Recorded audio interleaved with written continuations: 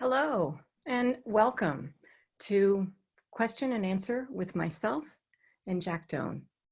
I am so excited to be here. I am in Western Massachusetts right now, and I'm with my family, my son and my husband. My stepson lives a little ways away, and we're all safely at home and have been for quite a while here. And I'm really glad that you came to join us and understand a little bit about my world, just as I'm interested in understanding about yours and answering questions. So I thought I would start by just sharing my screen and showing you some slides of what being an astronaut is really like, at least from my point of view. I've really loved my job. I just retired from NASA just a couple of years ago. And let's see, I see everything optimized here. And let's see, always takes a little longer to do this than I think. Okay, well, that is our space station. And I helped take that picture. I didn't take that picture, but I did help take that picture. And you can see the Space Shuttle attached it on one end at the left there, and the rest of the space station. And that's what we're going to spend most of the time talking about, but you're allowed to ask questions about literally anything. Let's see. I'm working on making my slides go here. One second here. How about this? There we go. So I flew twice on the Space Shuttle, and that's the Space Shuttle Columbia right there. And I had a science mission. I'm originally a scientist. That's what I studied in school. I loved chemistry. I loved learning about it. And it was literally a practice for our space station. How are we going to do experiments up there? And this is what it's like to take off. Pretty amazing. We go faster than the speed of sound in just seconds. We're already going 100 miles an hour when we clear the launch pad. And then orbiting the Earth, we're going 17,500 miles an hour. Now, my second mission was the Chandra X-ray Observatory deploy, and it was special for two reasons. First of all, if you've learned anything about black holes, then you have seen the Chandra X-ray Observatory. Or you've not seen it, but you've seen images from it. That's the telescope that's in the back of the space shuttle right up there. And our crew right below, right in the middle there, was famous for another reason, and that was our commander, Commander Eileen Collins. Excuse me. And Colonel Eileen Collins was the first woman to command the space shuttle. So, space station, that's kind of where I'd like to focus because it's where I spent the most time in my astronaut career. I spent almost 6 months up there. I launched right before Christmas and I came home at the end of the school year. So quite a long time. And it's the kind of thing that you don't do alone. You do it with a crew. Here's our crew of 6 people. And the way we do that is that when I was on the ground getting ready for launch, there were already 3 people up on the space station. And then our crew, this is myself, Dmitry Kondratyev, Paolo Nespoli, we were on the ground, and then up on the space station, there were 3 other astronauts, 2 cosmonauts and 1 American astronaut. So it's an international space station, and we come from all over the world. And so the 3 of us got ready and went up to space to join the 3 that were up there. And that's how we get that crew of 6. This just shows you inside kind of how tiny it really can be inside there. Now, people often feel badly for us because it's, you know, this tiny space and, oh, wasn't that terrible? And now you're going to know the secret. Space is so amazingly cool, partly because the space station is huge. Now, look at this picture with the football field. I mean, there's lots of numbers underneath. You can look up the, you know, how high and how far and how fast. But I think just realizing that, you know, from goalpost to goalpost, that's not where we live, the solar arrays, the cooling arrays, all those things. It's where the equipment lives, where we do our spacewalks. But the place we live is right along that 50-yard line, right in the middle there. And it's like, it looks small, but it's got 10 train cars, literally. I mean, there's these pieces like 1, 2, some are up, some are down, and it's like a train car with no seats in it. So it's really huge. So I'd like to show you this little film is about 4 minutes long. And I'm going to talk for just a couple minutes after that and then introduce Jack. And so here is the two patches that represent the two crews that I was really on, because remember when we come up, there's 3 people. Now, I love this first scene where you're seeing the space station as seen, the movie is taken from the space shuttle. And it looks like animation, but it's actually not. It's real. I mean, that is real. That space station is up there. I was up there. There are people up there right now. We do a lot of practicing to get ready, and this is just a small part of it that you're seeing, practicing in our spacesuits that weigh 300 pounds. That's why we practice in a big giant swimming pool. And now I'm taking you back to launch night. We are in Russia. We are launching from Baikonur. I'm waving to my family. This is my son, Jamie. He was 10 at the time, my husband, Josh. We said we would go slowly, take small steps, take our time. And then we were so nervous, I think, that we all kind of ran to the launch pad. We were so excited. And this is launch. Now take a look at that whole rocket there. We're not in the tippy little skinny top. We're right below that in the triangle and a couple levels below that. And that's because our spacecraft is like the size of 3 smart cars put together. And that's inside that tin can. It acts like a protective can. And so when the can comes off, when the cover comes off, that's our spacecraft. We call it the Soyuz. It's a Russian spacecraft. And now there we are, up on the space station right before Christmas. This is my favorite part of the movie because it's what it's like to live up there. I am flying everywhere. We are weightless. Everything is weightless. It never stops. And we're going 17,500 miles an hour around the Earth, as are our supply ships and everything that comes up to meet us. We're all going the same speed. We had a lot of different experiments to do up there, but this was actually quite a special thing we got to do, which was to make origami for the Japanese people after the tsunami hit Japan. Those white cranes represent hope and rebuilding for them. And in the meantime, up on the space station, in a strange sort of way, life went on as normal. And these are supply ships coming, approaching, bringing new experiments, bringing letters and small things from home, from our families.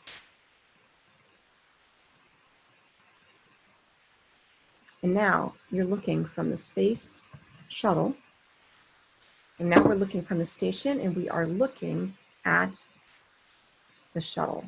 Zooming in. In the back of the shuttle, kind of like in the back of a dump truck there, you are seeing the next module to be on the space station.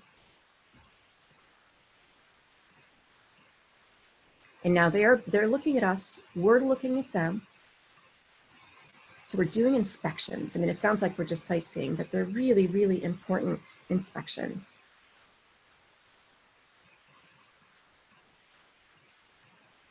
So once we checked everything out, you see us approaching, and inside, so I'm inside that space station, and what we feel is like a little clunk clunk. And there's the shuttle crew coming aboard. We're like a family, really. Where we're all different, and it's kind of like your family. You don't really get to choose who your family is. And now during COVID-19, many of us are home for a long time with their families and getting to learn more about each other. In a lot of ways, it is absolutely like being part of a space crew where your mission is really important. Now, this is some of the things we got to do up there. We had this giant robot, we call him Robonaut. He's up there on the space station. We got to unpack him. And this is taking you on just kind of a little tour.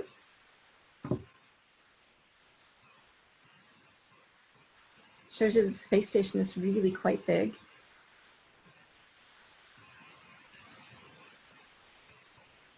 Notice I'm flying there. I'm going to tuck in with my feet. You'll see them kind of come forward there. I'm going to tuck in. It doesn't really do us any good to to try to hold on. We have to use everything we can to hold on. So our feet are actually quite useful. And then that's an experiment that we're doing. And you'll see a little bit more of that now. There we go. And to show you why we do experiments up there, this is Scott Kelly, and he's got some tomatoes and lemons and oranges that came from Earth on one of those supply ships. But it just kind of shows you that everything floats around. And this is my favorite thing floating around, which is gummy bears. But I like it because it kind of shows you what it's like when everything is just, you know, floating, which I think is really magical. But it also shows you why we might want to go there and do experiments. I mean, the biggest reason is that up there, without the weight of gravity, without the force of gravity, then we get to see, it's like having a different lens, a different way to look. Like we're seeing, you know, what do liquids really, really want to do? Look at this water drop with a bubble in the middle, and my friend Andre's face in there. So down here, I mean, that's surface tension that keeps that thing like a little sphere. What we're getting to find out is what do liquids really, really want to do? And it's important because those tiny forces that are really tiny here on the ground, and they're just as tiny up in space, but they don't have any competition from gravity. So we get to understand a lot about liquids. And so like if you had a glass of orange juice up in space, this is what it could look like. It's crazy. And yet we learn a lot about liquids here on the Earth, everything to do with flow through pipes. We can learn from these images and from videos that are like this. Same thing goes for combustion. So I'm just kind of showing you the things that we get to be curious about and do experiments about in a place where only these experiments can be done up there. There's no place else to do them. For combustion, you know, on the left is an Earth candle flame, on the right is kind of a round space one. The big deal is that on the left, when we want to measure things about combustion, we have to make those measurements so fast because things are just happening so quickly. Lighter gases are rising, new fuel is rushing in. It's really a very active process. On the right, we can make those same measurements over 30 or 40 seconds. So we're learning things by looking in a different way. And this is really where you who are, I'm going to say under the age of, okay, I'll say 20, okay, but even 10. I mean, you look at things in a different way than somebody like me does. And so the things that you see might be different, and they're really important. Like learning to grow plants in space. I mean, a lot of the things that we learn for exploration, like wanting to have food in Mars, those things can be done here on the ground as well, where we learn how to grow food in places where it's really hard to grow it, like in cities, or in countries and continents where we don't have as much water or the right kind of sunlight. Now, for the rest of kind of, you know, being up in space, here, I'll go back one slide. I'm very proud to be one of the people who had a spacesuit up on that space station, ready to do spacewalks. I didn't actually get to do one, but it's very proud to be literally the smallest person for the space station of being able to be on the spacewalking team. And I did work actually quite hard for that. Another thing I worked really hard at, because you might think we just know how to do these things, but we have to learn just like you do. And so we robotics. I was the chief of robotics back on the ground. And when I got to space, I was the second person ever to capture a supply ship with a robotic arm. And these things are like really, really hard to do. And so one of the things that we like to do is really explain why it's magical to live up there in space. I mean, some of the things you might like to know about are things like, you know, washing your hair. This is my friend Mike. He's going to wash his hair. And granted, Mike's hair is a little easier than my hair, which is pretty long. Excuse me. And this is his sleeping bag. I think you'll like this. We literally attach ourselves to the wall so we don't float away. I actually like to sleep in like a little ball. Sometimes I would wake up upside down in my cabin. We learn how to fix things. We learn how to do experiments. And we look out the window.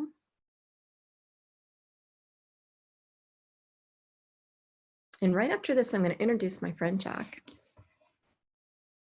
And you'll get to have him ask me some questions. And then we might go back to some of my pictures as you ask questions if I find that some of your questions really apply to what we love. So this is Satoshi Furukawa, Japanese astronaut, medical doctor, loves baseball. It's my favorite part of this movie. And that is because Satoshi wanted to play baseball, but he had to be the whole team because everybody else was busy. And so he got to pitch, he got to bat, he got to catch. I love this because it shows you that it's like we're just living up there. We're just people. We're good at a lot of things. We're not good at a bunch of other things, but we're just people just like you. And that's why I'm really excited to be answering your questions today. Okay, so I'm going to end with that. And I am going to ask my cohort in crime, my partner in crime, Jack Doane, to come up. And he is actually going to ask me some questions. But first, I'd like to, Jack, you can probably tell a better story than I do about the things that are important to you. But I just wanted to make sure people knew that you are a reporter for Time for Kids. And I'm a big believer in Time for Kids. And by the way, they have released all of their content for the rest of the school year. And so it is free to everyone who would like it to learn things for the rest of this school year.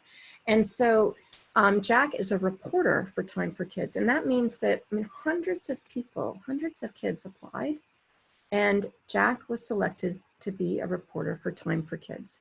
And he's just actually as human as all the rest of us. He does some really interesting, unusual kinds of things. And I think he's a good, curious person who's good at coming up with very hard questions, so I'm a little bit worried, truthfully. He also plays the bagpipes, which I am fascinated to hear about. I also want to know how your parents are doing about that, Jack. And he loves horseback riding, bike riding, and I think you have a Chihuahua named Peanut, is that right? Correct, yes. So anything else you want to share before you start grilling me? That kind of summarizes what I do. That was a really good summary. My first question for you is, you in high school you were an exchange student in Norway. That's correct, right? Did that at all affect your career path as being an astronaut? I think it did in a lot of ways. I mean, it's being isolated, you're away from your home, you're with a family, and no matter who that family is, it's not quite your family, and you have to find a way to be comfortable. But mostly I discovered some things about myself. I mean, I was always good at sort of the traditional kind of testing that they do in school, which I think I'm very fortunate. And so, I think I liked academic things. Sports, I was not so coordinated and not so good at things. And I just thought, well, that's just not for me. And then in Norway, I lived with a family that had like national champion high jumping kids in it. And first of all, I did a lot of athletics with them. And I realized that as long as I got something out of it, then I could be an athlete too. It didn't have to be like everybody else. And I discovered that if I worked hard and persisted, I got better and better. It led to being on the crew team, which taught me a lot about just sticking to it and persevering in college. And I've needed that kind of perseverance and also that bravery to try some things I thought were not for me. I've used that over and over again. And so I absolutely do think that it affected my career. So, uh, did you have to practice a lot to be an astronaut? Because I know being an astronaut requires a lot of physical strength and agility and uh, hand-eye coordination. So did you have to train for a lot of that? I definitely did. And I think the hardest part of that is, you'd like to be kind of good all by yourself, but often, first of all, there's this mission, you're part of the mission, and it's more important that you are good enough and ready for the mission than it is that you can say, I proudly got there by myself. You need everybody's ideas. And so getting help, getting people to make suggestions, and somebody to say, Cady, you are doing this, and I think that you're missing this perspective. And being ready to hear that and not feeling criticized was probably the most important part of training. And sure enough, up on that space station, we practiced everything before we went. And then you're still not ready. There's still unexpected things, and you still have to help each other as a crew. And what is it like to live on the space station? What's different from on Earth besides, low gravity? It was like, for me, being a colonist. We're definitely, first of all, I felt a little closer to Earth, really. In that you look, and Earth is always right there, and all of you were right there. But it definitely felt like I was sort of at the front edge of exploration. And there I was I felt like I was in a science fiction movie. I wake up in the morning, I fly down the lab, I hook a right into the module where we have like the bathroom and the treadmill and the window. And, and in 3 minutes after I have woken up, brushed my teeth, done everything, I mean, maybe 5, I am at work on the video and the phone talking to mission control. So I loved the fact that we just were, we were people who were up there for a lot of other people. We brought a lot of other people with us who paved the way and made it possible for us to be there. And during your Air Force career, before you were an astronaut, you did some researching for NASA as an Air Force member. When you moved to NASA, did the type of work you do change at all? Well, it definitely changed. And in the Air Force, I did work as a chemist. So I worked in the materials lab. I'm a polymer chemist. So it's like the chemistry of like, if one molecule is this big, a polymer is 100,000 of these, that big. And they worked on new materials for airplanes and things like that, like bigger, better kinds of Kevlars. And so I'm just pulling up the chat in case but I know Joshua will jump in case there's something I really need to know. But getting back to what I did in the Air Force, so I was a chemist mostly, but I had this dream to go to NASA. And I also knew that when I applied, the more things I could show them, I really knew what I was talking about, thinking about, or that I thought I could be that person, the more things that it was easy for them to see why, the better. And one of the things that we do as astronauts is we're medical subjects. We do a lot of interesting medical experiments on what happens to people up in space. So I did experiments in the Air Force at the centrifuge lab. That big thing where you spin around and you spin around. And it turns out that I was pretty good at that. So I broke some records, which was kind of fun. And it did actually allow me to understand more about myself. And I was kind of thinking ahead to that NASA application. And I don't think you should do things just so you get picked to be an astronaut. But I think it's important to think, how can I show on this application why they should pick me? Which, now this is where, Jack, I have a question for you. Can I interrupt with a question for you? Of course. Which is something I think we both have in common, is that we both applied for jobs where they don't pick very many people. And you have to find a way on your application to, I'll tell you the way I think of it, and then I'd love for you to share, especially think with other kids in mind, what was hard for you about applying. And I think of it as this way, like, you can be really braggy and say, I did this, I did that, I'm so great. That's kind of this end of the spectrum. Or you can, just make some notes and hope they read every word and they kind of think about it, and you're very circumspect. And somewhere in between, I think, is the better place to be, because if you're over here and you just assume that people will notice what you bring to the team, they just might not have time for them. You do them a favor by writing in sentences that they can read and understand why what you have done in your life is important, and realize that so many things are. I mean, when I read an application from somebody that said they managed a summer camp for kids, for like a couple hundred kids, I was like, holy cow, this person knows kids. They know parents, they know logistics, they know safety, they know procedure, they know publicity. I mean, they know everything that we do in our job. So use your imagination. I mean, you might not have the luxury to be doing some wild job somewhere. I mean, I did a lot of, being at home, helping make sure that dinner was on the table, because we had a single parent family. And, realize that, I mean, that's some indoor leadership. All the things you do are important. And I think it's important to realize that and put them down on paper. What about you, Jack? But when applying to be a reporter, I had to go through, several tests but not only just could I write a good article, but I also had to show that I did other things than just write, because if all you do is write as a reporter, you're kind of a boring person, and so I had to show that, I played the flute and I ride horses, and I did have to put down that I do interesting things in my life. And you're right. You need to show that you can do other things without hindering without hindering your ability to do the job you're applying for.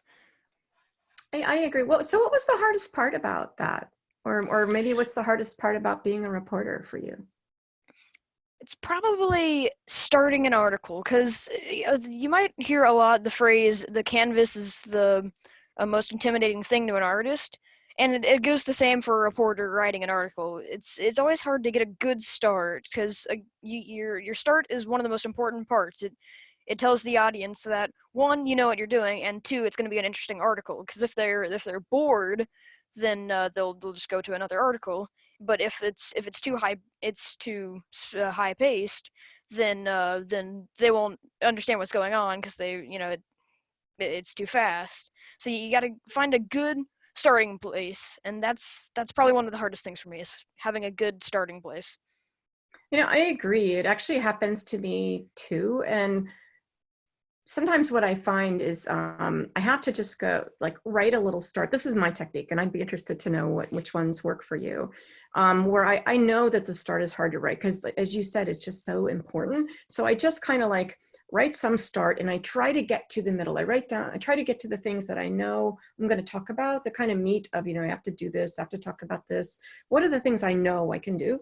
And so I try to do some of those, and it kind of, as I do that, it sort of synthesizes that beginning part for me, so then I can kind of go back and put it in. But it definitely, I mean, I hate to say it, it doesn't wear off for me, but maybe I just need some more practice too.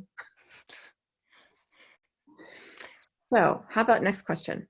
Well, my last question for you is, do you think answers to most of the world's problems could be found in space? Do I think that the solution to the world's problems could be found in space? Well, Was just that the question? some of them, yeah, not all of them, but like just limited resources, for a good example. I think that you're onto something very good there, in that I find that the perspective that I have, and maybe I can actually just show you. I want to show you a little bit. Maybe Josh, could you bring up my slides that talk about the view, the Earth, or do you? And I can bring them up too. Whatever you think is easiest, Josh.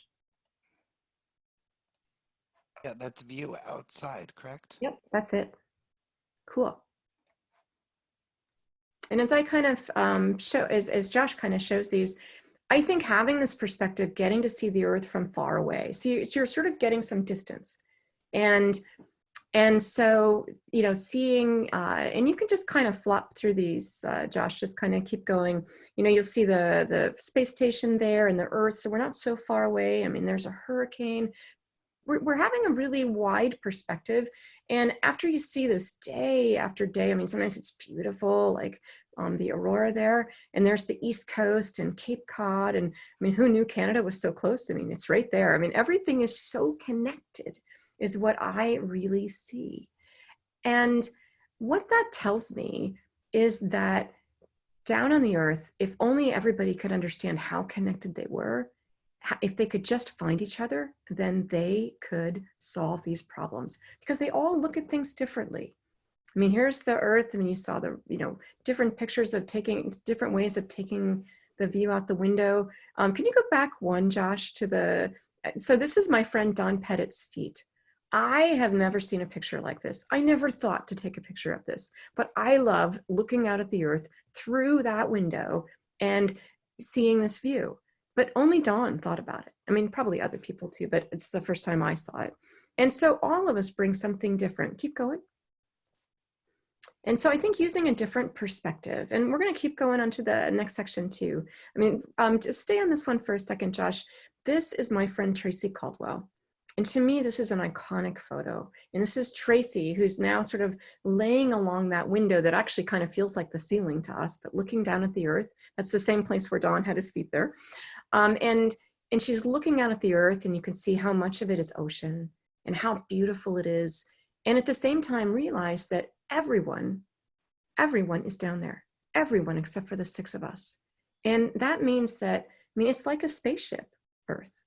And that means that we are the crew of Spaceship Earth. And so we have to learn to find each other, to find different ways to look at each other, so that we can really realize what each other's strengths are, so that we can be a team. Go ahead with the next ones, Josh. And I call that perspective. I mean, just that idea of looking at things from further away. Next.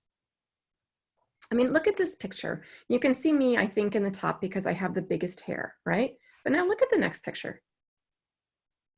Now it's easier to see me, but you don't really see the guys on the top. I mean, kind of twist your head around a little upside down like that, you know? Try the next one, Josh. Same thing here. I mean, I see Naoko Yamasaki from Japan and Dottie Metcalf-Lindenberger on the bottom there. And then there's sort of faces up there.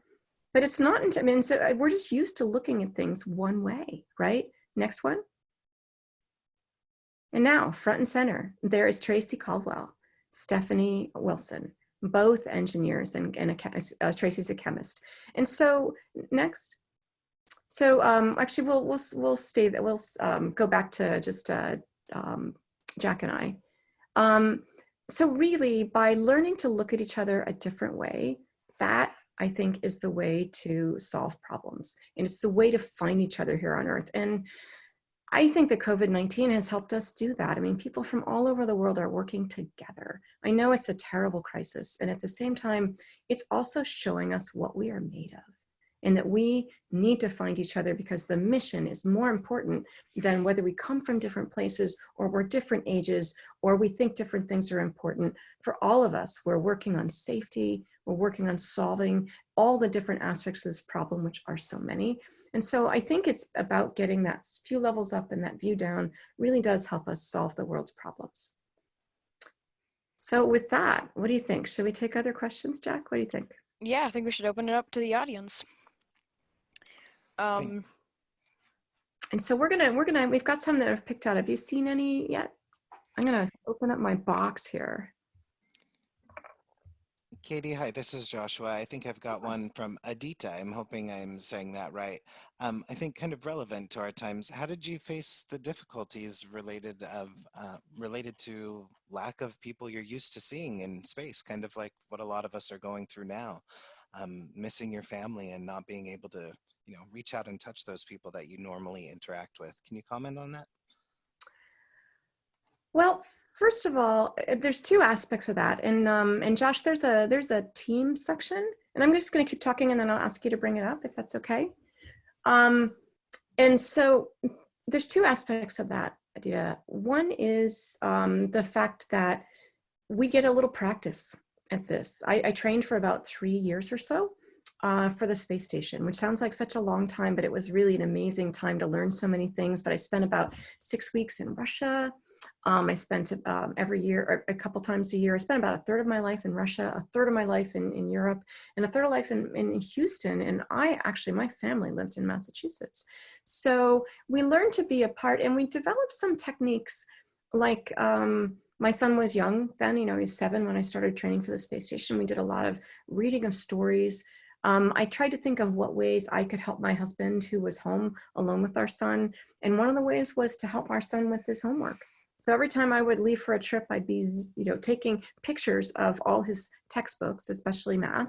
And I would be, making sure that he could, that I had those and we could talk about them together. So we developed some techniques. And I wanted you to see these pictures. Can you go back one, Josh? Let's see. So this is a picture of our crew. And I think just from this picture, you can see that we're all different. I mean, because the second part of your question is really, when you're all so different, how do you make it work? And what do you do when you're just, you wake up, you're like, oh, he did that again. Oh, we just can't stand it when he does that. We don't have time for that. And it's also, we don't have enough, the mission is more important than whether we feel that way. But it does still mean that we have to work it out. Next. And I think that in every picture, all of us feel alone. I mean, I happen to stick out because I'm wearing a different color shirt in this picture, but every one of us brings something to a team that we feel like other people don't really understand what we bring, or they seem to understand it and don't seem to think it's important. And in order to solve important problems, we need to recognize that different people bring really important things to the team. Next. And I see that in this movie, if you've ever seen Hidden Figures. This is Katherine Johnson. Actually, her name is Cady Coleman Johnson. And it's called Hidden Figures, but I mean, she's a woman of color in a dress of color in a sea of white guys with white shirts and skinny black ties. I mean, there's nothing hidden about her, but she wasn't seen. And I think that you can bring this lesson right back to your very own home and realize that you need to find, when people irritate you, when you wish they were different, you need to find ways to see them differently. And you could just flip through the next few slides, pretty quickly, Josh. I mean, some people are easy to connect with. This is Paolo. It's pretty easy to just go, hey, Paolo, let's do it different. Nicole and I, we share that we have kids about the same age. And you could just keep going. I mean, Scott and I are pretty different. I mean, just from next, you could just see that we're just sort of different. But, this is Scott too, who found the biggest rubber band on the space station. I mean, sometimes I can have more in common with my women astronaut friends, but then if I really look, I have just as much in common with my guy friends. This is Al Drew. He and I had some really precise and difficult robotics to do on the mission. We trained really hard for it. We practiced ahead of time, even up on the space station. And the next one is my very favorite photo of all my photos, because it's completely spontaneous. I was taking pictures of his spacesuit gloves after he came in from his spacewalk that was so amazingly successful. And our whole crew, it gives me chills just to think about it. Our whole crew was just so proud of what we did together, even though there are things that we don't share. There were ways that were different. We found ways around that. Okay, and I think we'll go back to questions. I'm looking for, let's see. While you're looking, you look for a second. Oh, actually, I have a really good one from Michelle Hart. After spending a half a year in space, how long did it take you to get used to gravity on Earth? Oh, I would say, part of your brain kind of knows, like, oh, I'm in space. Oh, I'm in Earth. Once you've been once, it actually kind of is a little bit like that. But then when you go for such a long time, it has to do with your head getting used to. I mean, we're flying around. It's really, you can just the touch of a finger moves you places, and then you come back to Earth and it's like kabunk, kabunk, kabunk. I mean, your whole head, and you're a little bit dizzy. And I found that feeling persisted. I mean, every day it was a little bit less. I mean, a couple days after landing, if I leaned down to tie my shoes, then I would feel this like sort of spinning in my head. I'd feel like the whole world was coming with me. And even after a few weeks, I could still find times that I just woke up and felt unexpected and dreaming. I would dream that I was, I could just get up and fly. And then I would realize, oh, I'm really heavy. Probably not. Next question. I think I've got a few I can summarize, and Samantha, Sophie, Adita again, and so many others. Michelle, thanks for all the questions. Several people are asking, how does it feel to fly into space, to blast off and to find weightlessness for the first time and to look down on the Earth? What's it feel like? It's one thing to talk about it and even to see it, but I remember sitting in that Soyuz rocket, and it's actually quite small in a way. I mean, certainly the place we are, there's 1, 2, 3, we're sitting really quite small, but it's also kind of it's a smaller rocket. It's not like sitting in a giant space shuttle.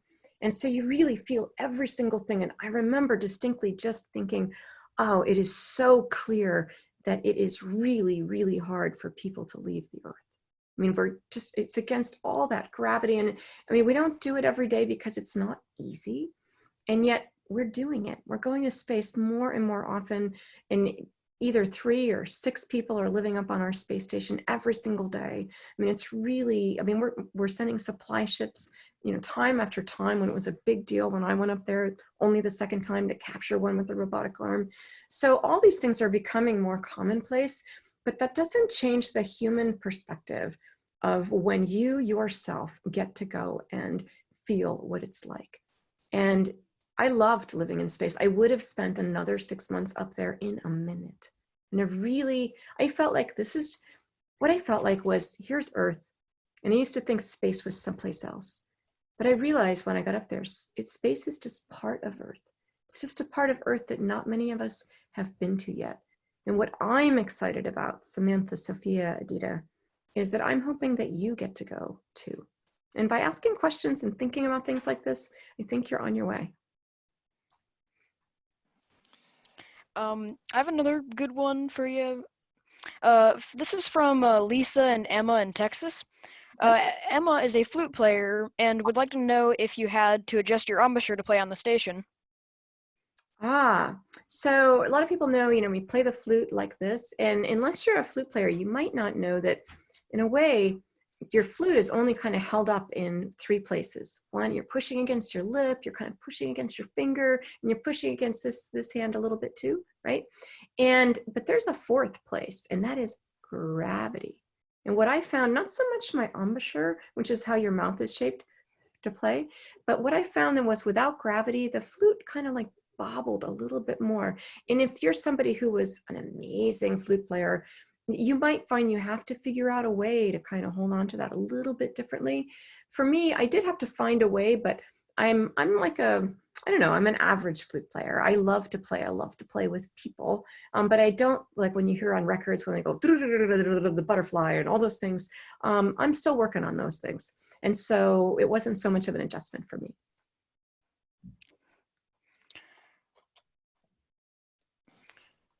That's wonderful. And we do want to allow our attendees to raise their hand, and we have some hands up. So many questions coming in. Keep them coming in, folks. We'll take a look at them after. So if we don't get to your question here today while we're live, we do want to see if we can get some questions, and especially from our younger audience members, hopefully today. Let me see if I can unmute. Well, I'll be darned. I'm going to try unmuting Sylvia, if I may. Sylvia, are you with us? Are you able to unmute at the bottom left, please? Now, while she's doing that, I will just say, Sylvia Earle is, I think of her as the queen of the ocean. She's an early ocean explorer and a present ocean explorer. My dad was in ocean exploration, and I think that's really what made me think it wasn't so weird to want to live someplace that not many people lived. Can you hear me now? We have you. I'm so happy to hear you, Sylvia. Oh, Cady, I'm just so reveling in this view that you're providing. Thank you. I just wondered if you could comment on the importance of what you cannot see from space. The microbes, the viruses, the bacteria, the elephants, the whales, the trees, all the things that make Earth a special place. You can see the ocean, hard to see what's in the ocean from up high in the sky. It's true, Sylvia. And what I think is the importance of, basically the spectrum and of data, of the fact that, every problem may seem like, oh, this is the problem. And then when you look at it, you realize how many different layers there are. And I think that our view, I just heard a rooster. I think that when you think about our view, we get a certain kind of data. And one thing that I found pretty fascinating was even though we can't see to that level of detail, we can actually see the effects of, let's say, lakes that over the years, they've gotten smaller and smaller and smaller. And so then there's more dust. And so that dust actually doesn't just hang around in that place. It goes all around the world. And so we find that the whole entire ecosystem of the world is connected. And I would say mostly through the oceans. And we take thousands and thousands of pictures. On my expedition alone, 60,000 pictures, and that's nothing compared to what they take now. And when you think about the early shuttle missions or the Apollo missions, when they could just take a few pictures, and now, this is data that we can use to understand how the world is doing, and especially the oceans. But I think it's a really important perspective that you bring, that we get something from those pictures, but there are things we don't get. And that's why all of you out there who are asking questions, this right now during COVID-19, I think it just shows you the importance of science and the importance of saying, when somebody explains something to you and you don't understand it, the importance of saying, hey, can you explain that again?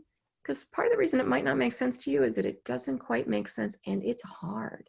These things are hard. Solving these problems are hard. And so looking at, as Sylvia says, from the small to the big is part of what's really important. So good to have you here. Hey. Thank you, Cady. Fantastic. Yeah. Okay, we do have a lot of hands up here today. Let's try to go to Gavin. Gavin, we're going to give you an opportunity to speak. Go ahead and unmute at the bottom left. Okay, I didn't know what to ask, right? Right. Hi, we hear you, Gavin. Go ahead. Hi. Hey there. Ask your question. Gavin, do you have a question you want to ask us? I do. What were you most nervous about when you were first taking off?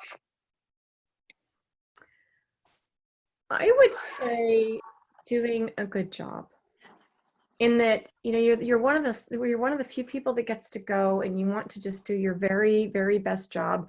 And it's actually something that I like. For example, I'll give you another example. Is not just taking off, but I was in charge of sending off or deploying the Chandra X-ray Observatory. It costs $1.8 billion, and I was in charge. And our whole crew deployed that, but I was the one that had the responsibility. And the only way that I get around the distraction of that kind of nervous of like, what if I don't do a good job, is knowing that I've done all my practicing. And I think one way to think about that, I mean, I have a son, he's 19 now, but he, you know, used to be little, and I'd say, hey, how's the homework? And he'd be, you know, he'd go, oh, I'm all set, Mom, did all this. And then he'd kind of look and he'd go, but I guess I could go back and do a little more of that. Because I mean, if you can look at yourself and know you've really done your very best to get ready, nobody can ask anything more than that of you. But it takes a pretty good look inside to decide if you've really done your best to be ready. Knowing that I did my practicing really helps me not be nervous about doing things on the day. And you know, Katie, we had a lot of questions coming in about your flute player, a lot of musicians and interested folks out there. I had that video handy that you did with a famous friend of yours. Can I bring that up? Oh, that would be awesome. You know, I actually say to be part of a team, you have to be brave and you have to be open. You have to be open to other people.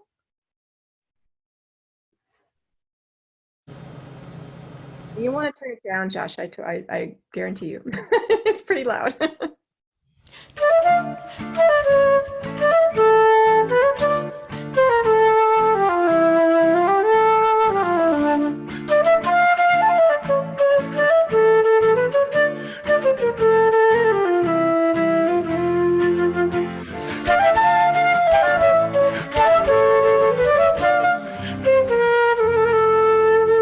am on the space station on the anniversary of Yuri Gagarin from space.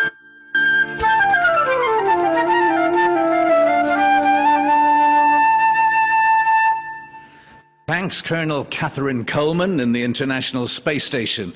We should remember that today's cosmonauts, scientists, and astronauts are still every bit the rocket heroes they were 50 years ago. So, from the cultural city of Perm in Russia, let's salute Cady, Dima, and Paolo up there in orbit, and of course, the legendary Yuri Gagarin. Go safely. I love that. Hey, Josh, could you bring up the family slides? Because I think they kind of encompass the last lesson that I really wanted to share. Sure thing. And Josh, Jack, we're coming up on time too. And so be thinking of things that, I mean, we both, I think, had, you know, things that we wanted to make sure we got to tell kids about. And the questions about the music, I mean, I really think that being part of a team, you know, an effective part of a team means being open to what others bring, but also being brave enough to say who you are in case it's useful to the whole team. And so I think the last way to sort of say who you are, find ways to connect to people, kind of give them something to talk to you about, is about one of the things that we kind of, you know, all share is family. This is actually the anniversary of when Yuri Gagarin launched from the Earth. 50 years later, I was on the space station. It's the same day that I played that duet with Ian Anderson, and that is Yuri Gagarin on our shirts. We are celebrating Yuri's Day, which was just 2 days ago, Sunday. And you can now just kind of flop through the slides. But I think that it comes back to family. Like my friend Dmitry was somebody that was, you know, quieter than many of the other Russian cosmonauts. And one way we found each other was basically we both missed our families. We left our families on the launch pads. That's my son. I was pleased to leave him on Earth with our trusty cat. That is Fang.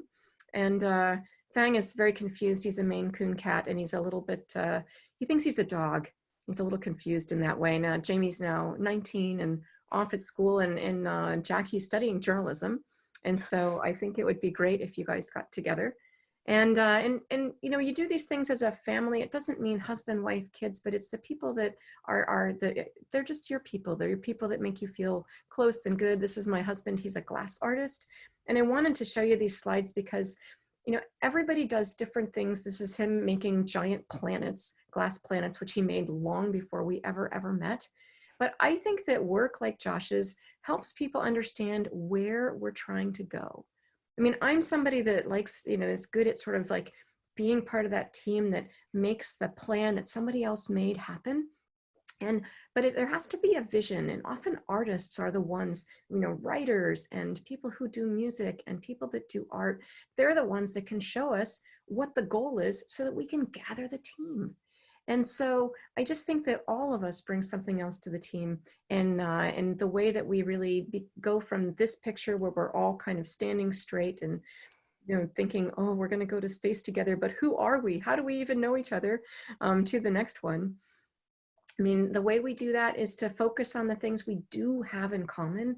And one of those is family and friends, the people that you care about, that you left on the earth. That was the thing that really brought us together as a crew. Next.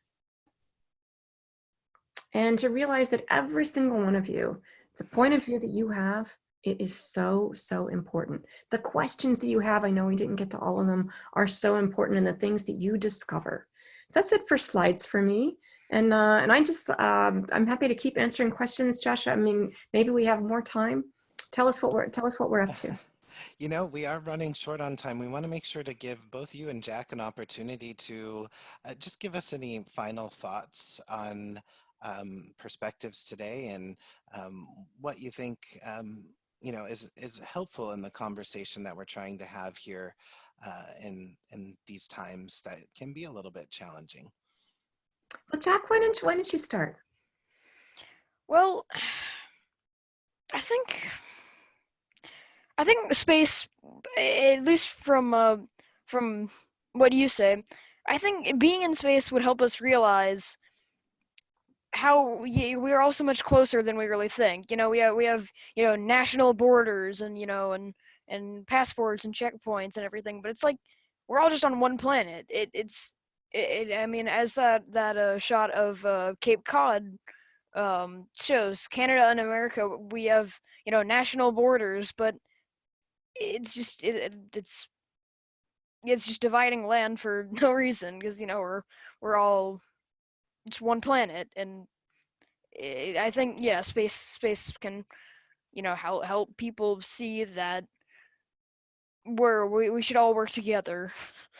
I think that's the best way to put it for me. I think that's really well said, Jack. And, you know, you talked about space, but I actually think it's also about people like you and people like the ones who are listening. I mean, the fact that you were brave enough to apply, that you're brave enough to tell stories, that you're brave enough to look at this piece of paper that is blank and figure out how to make that good start. And I, you know, when I look at you, I see somebody opening, you know, an article in Time for Kids and learning something that they weren't going to know unless you were sort of brave enough and generous enough to share it. And I'm not trying to pick out just you, because I actually think that all of us have that thing in us, that thing that we see, that one thing that we see that others don't, and realize that your idea could make a difference in the whole world. Or maybe it'll just make a difference in somebody's day right now. And every one of those little differences, those are steps on the road to solving problems. And there's steps on the road to understanding really big problems like the oceans. And there's steps on the road to exploring further. And you know, I'd love for many of you to be astronauts. I think that explorer is a word that applies to everyone who is a lifelong learner, which I hope you'll be. But just realize that every step you take where you kind of go, hey, I'm thinking about this. You know, what are you thinking about? Where either you get your ideas out there or you help someone else get their ideas out there. Every one of those ideas is so important. and they pave the way to the future. So I would just like to thank everybody for all your great questions. We're going to capture them in the chat. We'll see what we can do with them. And I'd like to thank my partner in crime today, Jack Doane, for being brave enough to share himself with us today and also ask some pretty good questions, I thought, really good questions. So thanks to everyone, and I will turn it back over to Josh. Cady, thanks so much. What an honor to host you here today. And the Ocean Elders and our affiliated groups are there listed on the screen. So please get tuned in, join these conversations, come back and join us. We're back here very soon. As you can see on your screen, we have a couple of upcoming events on the 17th and the 24th of April. So please join us again to continue these conversations, ask your questions. As we mentioned, we had so many questions and so many hand raised, we couldn't possibly get to them all, but we will collect these and do our best to address them in future segments as well. So on behalf of the Ocean Elders, my name's Joshua. I'm at thewebinerd.com if you'd like to get a hold of me. We are very happy to support this effort here, and along with the Ocean Elders, sharing that conversation with folks. So tune in to the Ocean Elders YouTube channel and social media. Find those resources that you're looking for, and we're so happy to host you here today. Thanks, everybody. Please enjoy the rest of your day.